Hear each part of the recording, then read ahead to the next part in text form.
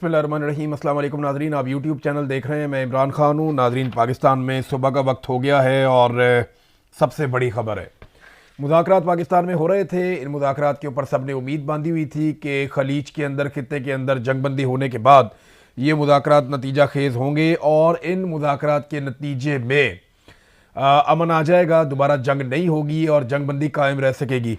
लेकिन बदकिस्मती से इसका नतीजा ये नहीं निकला। अमरीकी वफद पाकिस्तान में लगभग 21 घंटे तक रहा, को 15-16 घंटे उनके मुज़ाकरात होते रहे ईरानियों के साथ।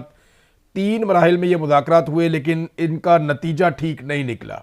अमरीकी नायब सदर JD वेंस ने पाकिस्तान टाइम के मुताबिक सुबह सुबह लगभग कोई 6 बजे के आसपास या इससे कुछ देर पहले एक प्रेस टॉक की और इस प्रेस टॉक में उन्होंने बात की सिर्फ अमरीकी मीडिया से।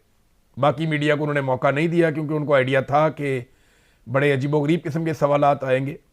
और JD वेंस आते हैं, आकर खड़े होते हैं, अमेरिकन मीडिया को पहले बुलाया जाता है और वो 52 सेकंड तक सिर्फ अपनी बात कहते हैं। और 52 सेकंड के बाद वो कहते हैं जी किसी ने सवाल करना है तो कर लें। 3.5 पौने 4 मिनट के अंदर वो अपनी बात मुकम्मल करते हैं, अगले 3-4 मिनट के अंदर, और वो वहाँ से निकल जाते हैं। यानी 4 मिनट भी पूरे उन्होंने बात नहीं की और वो वहाँ से चले गए और उन्होंने ये कह दिया कि हम वापस जा रहे हैं बगैर किसी मुआहदे के। हम कोई भी डील करने में ईरान के साथ कामयाब नहीं हुए। JD वेंस ने क्या कहा, ये चीज़ें मैं आपके सामने रखता हूँ। JD वेंस ने कहा कि 16 घंटे तवील मुज़ाकरात के बावजूद अमरीका और ईरान के दरमियान मुआहदा नहीं हो सका। उन्होंने जो शुक्रिया अदा किया पाकिस्तान का, वो लगभग 20 सेकंड तक उन्होंने पाकिस्तान का शुक्रिया अदा किया। शहबाज शरीफ का और फील्ड मार्शल का नाम लेकर उन्होंने शुक्रिया अदा किया और कहा पाकिस्तान ने कोशिश की, बड़ी अच्छी बात है। और उन्होंने वाजे ये किया कि हम किसी किस्म का मुआहदा नहीं कर सके, हमने लचक दिखाई। जो इसकी तफसीलात हैं वो मैं आपके सामने रखता हूँ क्योंकि 4 मिनट में उन्होंने बहुत सारी बातें की हैं। जो सवालात हुए उनके जवाब उन्होंने दे दिए, लेकिन 2 ऐसे सवालात थे जिनके वो जवाब नहीं दे पाए या वो जवाब वो देकर गए नहीं। एक, पीछे से आवाज़ें भी दी गई कि जनाब आबनाए हुर्मुज़ का क्या बना, आबनाए हुर्मुज़ का क्या बना, आवाज़ दी गई, एक खातून सहाफ़ी की जानिब से जवाब नहीं मिला। दूसरा ये पूछा गया कि अगर टॉक्स ख़त्म हो गई हैं और आप किसी नतीजे पे नहीं पहुंचे तो क्या दोबारा जंग शुरू होने का खदशा है या दोबारा जंग शुरू हो जाएगी। इसका भी जवाब उन्होंने नहीं दिया और वो वहाँ से निकल गए। अच्छा, साथ ही ये भी नहीं बताया कि ये 2 हफ्ते की जो आर्जी जंगबंदी है, ये जंगबंदी अब मौजूद है या जंगबंदी मौजूद नहीं है, इसके बारे में भी उन्होंने कुछ नहीं कहा। JD वेंस ने एक सवाल के जवाब में कहा कि मुज़ाकरात के दौरान ईरान के मुंजमद असासों से मुतालिक बात हुई है, ताहम हम इस नुक्ते पर नहीं पहुंच सके जहां ईरान हमारी शराइत कबूल करता।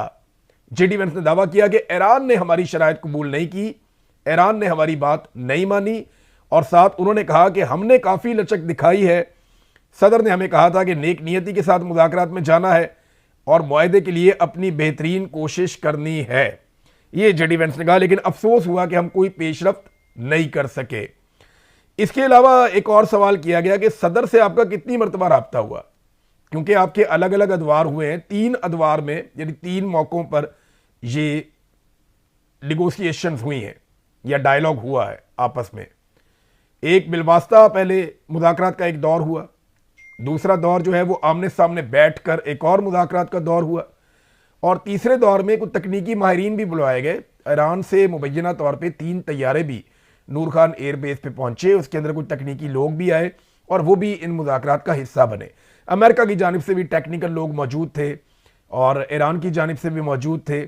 ईरान ने मुज़ाकरात की टेबल के ऊपर सरेंडर नहीं किया, बज़ाहिर ऐसा दिखाई देता है।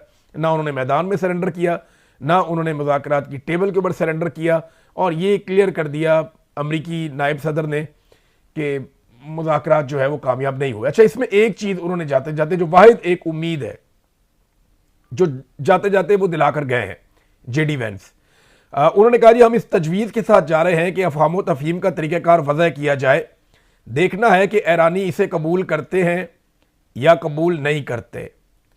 उन्होंने कहा कि 1 दर्जन मरतबा डोनाल्ड ट्रंप से हमारा लगभग राब्ता हुआ है, हम लगातार 21 घंटों से उनके साथ राब्ते में थे।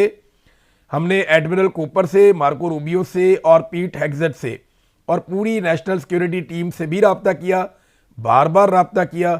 हम नेक नियति के साथ मुज़ाकरात कर रहे थे और हमने अपनी हतमी और बेहतरीन पेशकश या अपनी ऑफ़र, जो हमारी बेहतरीन ऑफ़र है, वो हमने ईरान के सामने रख दी है देखना है कि ईरानी इसे कबूल करते हैं और नहीं करते, तो हम फिलहाल बगैर किसी डील के वापस जा रहे हैं। पाकिस्तान ने एक मुतालबा किया था और तजवीज़ सामने रखी थी अमरीकी वफद के और ईरानी वफद के। पाकिस्तान ने कहा था कि आप 2 बजे दोबारा मुज़ाकरात में बैठ जाएं, यानी मुज़ाकरात का एक दौर और कर लें और एतवार के दिन 2 बजे दोबारा मुज़ाकरात कर लें। इसके ऊपर कुछ इत्तफाक राय हुआ भी था, लेकिन उसके बाद क्योंकि लगातार राब्ते में थे जेडी वेंस अमेरिका में, तो शायद अमेरिका से उन्हें ये इंस्ट्रक्शन आई कि ठीक है, आप लोग वापस आ जाएं और इस मामले को यहीं पे रोक दें। इससे पहले डोनाल्ड ट्रंप ने एक स्टेटमेंट दिया था। उस स्टेटमेंट से मुझे आइडिया होना शुरू हो गया था कि डोनाल्ड ट्रंप चीज़ों के साथ मुंसलिक हैं और डोनाल्ड ट्रंप को सारे मुज़ाकरात की रिपोर्ट मिल रही है, और डोनाल्ड ट्रंप ने उस हवाले से ये स्टेटमेंट दिया कि मुज़ाकरात कामयाब हों या ना हो मुझे कोई फ़र्क नहीं पड़ता। डोनाल्ड ट्रंप ने कहा था कि हम तो जंग जीत चुके हैं, हमें कामयाबी मिल चुकी है, अगर हम मुज़ाकरात में कामयाबी नहीं भी होती और ईरान हमारी बात नहीं भी मानता, कोई डील हमारी ईरान के साथ नहीं भी होती, तो हम जंग जीत चुके हैं, मुझे कोई उससे फ़र्क नहीं पड़ता। और डोनाल्ड ट्रंप ने एक और भी वहाँ पे दावा किया। डोनाल्ड ट्रंप ने कहा कि आपने हुर्मुज़ में तो हमारे अमेरिका के बहरी जो जंगी जहाज़ हैं वो मौजूद हैं और वो वहाँ पे बाकी ममालिक के लिए जो वहाँ से अपना तेल लेकर जाते हैं उनके लिए वहाँ से बारूदी सुरंगों को साफ़ कर रहे हैं पानी में से। और ईरान ने इसकी तरदीद की। ईरान ने कहा नहीं जी, ये अभी भी ईरानी फ़ौज के कंट्रोल में है मुकम्मल तौर पर आबनाए हुर्मुज़, और आबनाए हुर्मुज़ में कोई अमरीकी जंगी जहाज़ नहीं आए। हाँ, एक इतला कन्फर्म की जा रही है कि 16 बहरी जहाज़ आबनाए हुर्मुज़ से गुजरे हैं मुज़ाकरात वाले दिन में, यानी हफ्ते वाले दिन ये मुज़ाकरात होते रहे, हफ्ते और इतवार की दरमियानी शब भी ये तकरीबन मुज़ाकरात में गुजर गई।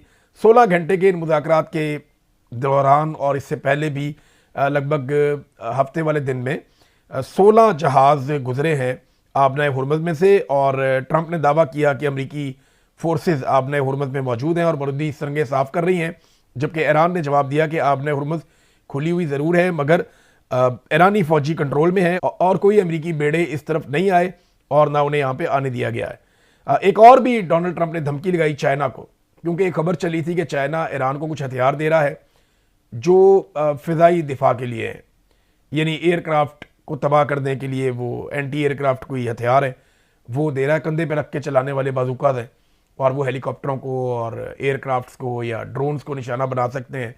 तो चाइना ऐसे कुछ हथियार ईरान को दे रहा है, ये दावा किया गया। लेकिन बाद में अमरीकी सदर ने इस पर धमकी लगाई और उन्होंने कहा कि अगर चाइना ईरान को हथियार फराहम करेगा तो संगीन नताइज होंगे चाइना के लिए। ये डोनाल्ड ट्रंप ने चलते हुए एक सहाफ़ी से बात की और वो बात रिपोर्ट हुई। इसके बाद चाइना की जानिब से इसके ऊपर रिएक्शन आया और उन्होंने खबर की तरदीद कर दी। उन्होंने कहा जी हम तो कोई हथियार दे नहीं रहे ईरान को, और ये दावा गलत है जिसमें एंटी एयरक्राफ्ट हथियार ईरान को चाइना की जानिब से दिए जा रहे हैं। तो चाइना ने इस दावे को गलत करार दिया है। तो डोनाल्ड ट्रंप की एग्रेशन जो है वो वापस आ रही है। डोनाल्ड ट्रंप दावा कर रहे हैं कि आबनाए हुर्मुज़ को उन्होंने कंट्रोल कर लिया है। दूसरी जानिब बरतानिया ने एक दावा किया। बरतानिया की जो गवर्नमेंट है वो लगभग कोई 50 मुल्कों के साथ मिलकर, अमेरिका के साथ मिलकर एक कोई इत्तेहाद बना रही है जिस इत्तेहाद को आबनाए हुर्मुज़ को खोलने के लिए इस्तेमाल किया जाएगा। क्या वाकई में अब ताकत के बलबूते पे या ताकत के जोर पे आबनाए हुर्मुज़ को खुलवाया जा सकता है? क्योंकि चाइना ने और रशिया ने बज़ोर ताकत वीटो कर दिया था उस करारदाद को जो अक़वाम मुत्तहिदा में पेश की गई थी कि आबनाए हुर्मुज़ को ताकत के जोर पे खुलवाया जाए। अब अगर कुछ ममालिक इस आबनाए हुर्मुज़ को ताकत के जोर पे खुलवाने आएंगे तो जिन ममालिक ने इस करारदाद को वीटो किया है क्या वो इस ताकत के इस्तेमाल को रोकेंगे? क्या चाइना और रशिया बीच में आएंगे? ये एक बड़ा सवाल है। पाकिस्तान के लिए बड़ी अजीब सिचुएशन पैदा हो गई है मुज़ाकरात की इस नाकामी के बाद। देखें, अभी ईरान का मौक़िफ़ आना बाकी है। हमें एक बात समझनी पड़ेगी कि ईरान जब तक मौक़िफ़ नहीं देगा हमें पता नहीं चलेगा। अभी हमने एक तरफ की बात सुनी है। अभी अमेरिका ने कहा कि उन्होंने लचक दिखाई, अमेरिका ने कहा कि उन्होंने बड़ी अच्छी ऑफर भी दी, अमेरिका ने कहा कि मामला एटम बम बनाने के हवाले से है। जेडी वेंस ने कहा ना जी एटम बम का असल मसला है, और हमें पता है कि उनके पास अभी कोई यूरेनियम को अफसूदा करने की या जो